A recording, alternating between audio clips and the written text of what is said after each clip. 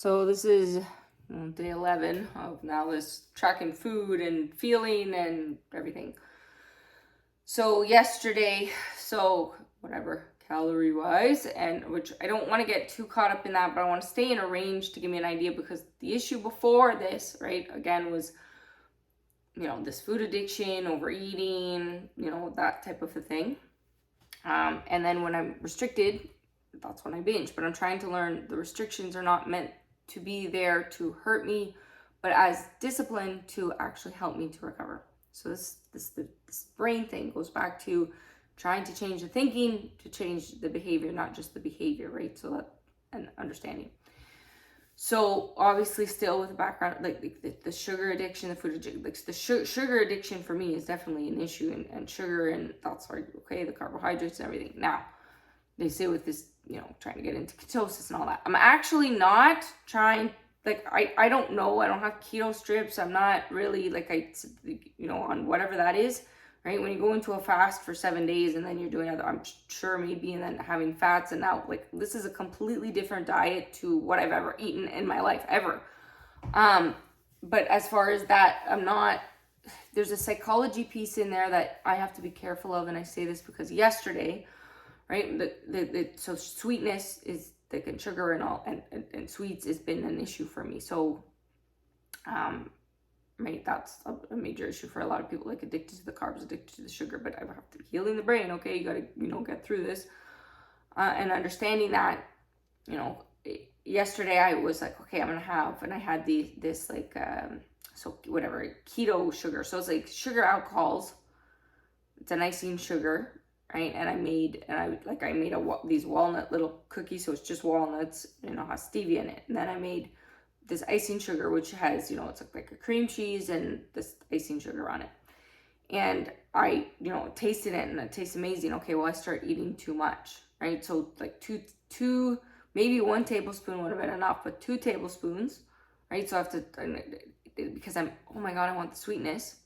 So it's not overeating. I didn't binge it, but it still brings me back to the psychology, and that's what I had been through in the last year, of that trigger of still feeling like that in a binge, because I have anxiety. Okay, then I start doing that, and then oh my God, it tastes so good, and the sugar, and then there's the psychology piece of that. Also, then I had 2. So again, it's not bad, right? This is where, right? This is, and nothing really, even in this process, I want to label good and bad. This is like, Candace, why are you doing this? What are you doing to yourself? Why would you? Okay, and what's the reaction? Okay, how do you want to feel? Why would you? And that's right, because you're going to make a choice at the end of the day. You're going to keep self-sabotaging, or you're going to do something to change. So I had 2, so I like almond milk. I whipped it up, which essentially 2 has very no calories, like 1 carb each. So that's not an issue.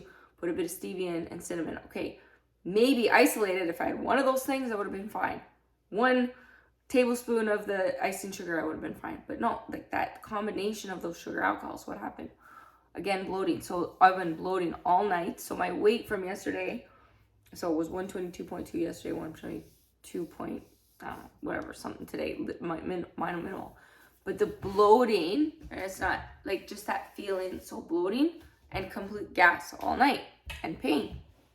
Okay, well, that's the problem here, right? So it's like you're going through this, right? And then why are you doing that to yourself? And also then the physical pain in my body, the inflammation came back. So having done this, so now it's whatever, day 11, day 10, I'm in pain because I'm tired and this and that, but the inflammation pain was different. So I found that very interesting. So is it the amount? Is it the feeling of, okay, going, and the panic? And then also, because I had that, I checked some, oh my God, would that take you out of ketosis? I haven't even been checking if I'm in ketosis. And then I panicked that I'm not in ketosis.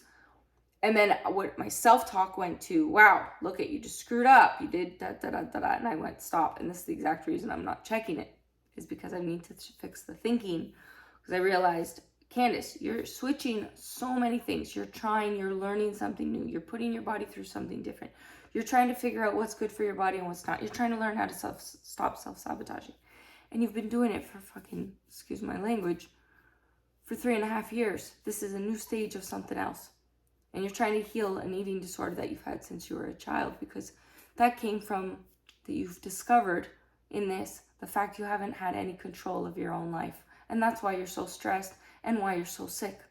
So I'm learning how to take that back. Forgive yourself, for God's sakes.